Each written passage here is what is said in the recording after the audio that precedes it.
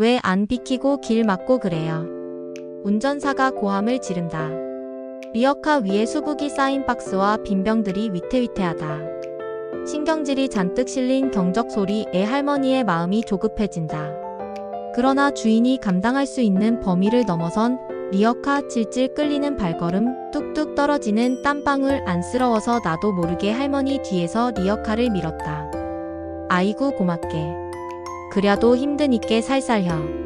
할머니와의 첫 번째 만남이다. 다시 할머니를 만난 것은 이른 아침의 사거리 편의점 앞에서다. 전날의 흥과 취기가 가라앉은 아침의 거리에는 아무렇게나 버려진 광고지와 일회용 테이크, 아웃 커피잔이 마구 굴러다니고 대충 내놓은 종이 박스가 물기에 젖어 구겨져 있다. 그 재활용품과 종이를 일일이 수거하는 구부정한 허리와 헝클어진 백발의 작은 몸집이 눈에 익었다. 언젠가 리어카를 밀어드렸던 그 할머니다. 그렇게 스쳤던 폐지 줍는 할머니를 다시 만난 것은 성당에서였다. 새벽 미사 후 적막과 어둠에 잠긴 성당 안에 앉아 있는데 저쪽 구석에서 부스럭거리는 소리가 들린다. 조심스럽게 다가가 보니 검은 물체가 웅크리고 있다. 뭘 하세요? 여기저기를 더듬거려서 전등을 켰다. 아, 폐지 할머니다. 끈 떨어진 묵주를 찾고 계셨다.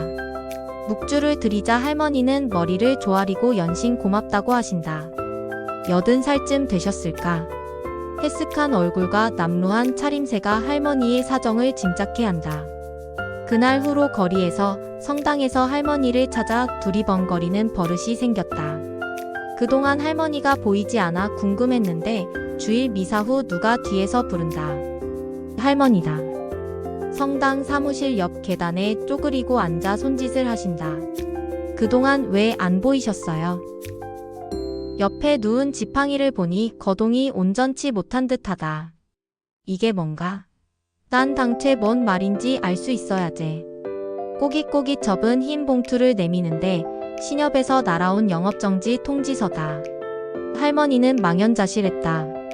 신협에 예금한 1,500만 원은 남편과 아들을 먼저 떠나보내고 혼자 판자촌에 들어와 살면서 폐지와 고물을 주운 돈 1,500만 원을 매일 꼬박꼬박 저축한 할머니의 전재산이라고 하셨다.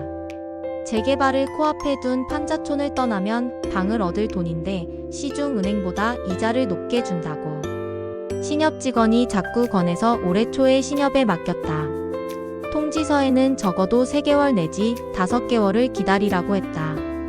다음날 자초지종을 알아보러 할머니를 모시고 신협에 갔다. 이미 예금주들 때문에 난리통이었다. 미리 알만한 사람은 다 알고 예금을 인출했다고 한다. 소문에 어두운 할머니는 막차를 탔던 것이다. 발을 동동 구르는 할머니를 진정시킨 후 할머니의 산동네 집으로 모셔왔다.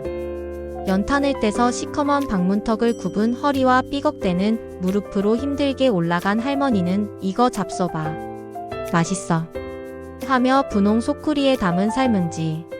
오래된 듯한 고구마를 내밀고 그냥 보내는 게 아쉬운지 일어서는 내 손을 붙잡는다. 할머니와 마주 앉아 고구마 껍질을 벗기듯 감춰둔 사연을 술술 벗기기 시작하신다. 고향에서 식구가 서울에 온 것은 40년 전. 여기서 할부지하고 자식들을 다 잃었지. 다 잡아먹었어. 병원에 들어가는 돈이 무서워 약만 먹이다가 병원에 데리고 갔을 때 가망이 없다며 돌려보내진 그 일을 치르고도 이곳을 떠날 엄두를 못 내고 리어카로 고물 수집을 하며 혼자 생계를 이었다. 유일한 위로는 성당에 가는 것이었다. 지금까지 찾아주는 사람도 오라는 사람도 없이 그렇게 외롭게 살았다. 집에 돌아와서 생각하니 할머니의 사정이 억울하고 분해서 견딜 수가 없었다. 허실이라고 주위에서는 말렸지만 신협중앙회, 금융감독원, 국민권익위원회에 전화와 이메일로 할머니의 피해를 항의하고 따졌다. 정작 그들에게는 관리감독이라는 책임을 물었지만 곰곰이 되짚어보니 나 역시 부끄럽다. 그동안 내 곁에 수많은 폐지 줍는 노인분들은 무심한 일상의 풍경이었지 않은가. 타인의 고통을 안락한 거실에서 지켜볼 때 나는 안전한 곳에 있다고 안심하지 않았던가. 뒤늦게야 내 이웃으로 성큼 다가온 폐지. 죽는 할머니 앞에서 나도 나눔과 연대의 이름으로 피할 수 없는 책임을 느끼고 있으니.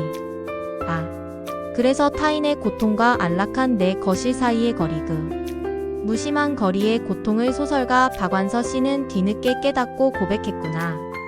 나는 남에게 뭘 준 적이 없었다. 물질도 사랑도. 내가 아낌없이 물질과 사랑을 나눈 범위는 가족과 친척 중에 극히 일부와 소수의 친구에 국한돼 있었다. 그 밖에 이웃이라 부를 수 있는 타인에게 나는 철저하게 무관심했다. 물론 남을 해친 적도 없다고 여기고 있었다. 모르고 잘못한 적은 있을지 모르지만 의식하고 남에게 악을 행한 적이 없다는 자신감이 내가 신에게 겁먹지 않고 당당하게 대들 수 있는 유일한 도덕적 근거였다.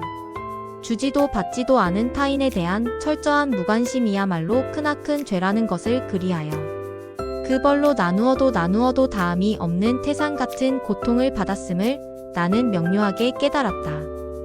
한 말씀만 하소서해서 다행히 할머니는 이웃의 도움으로 더부살이를 하시다가 꼭 3개월 만에 1,500만 원을 찾아서 작은 방을 얻었다. 요즘도 절뚝거리며 폐지를 주우러 다니시는데 어쩌다 마트 앞에서 마주치면 두유를 사서 꼭 챙겨주신다. 세상살이 쉬운 게 있을 수 있을까?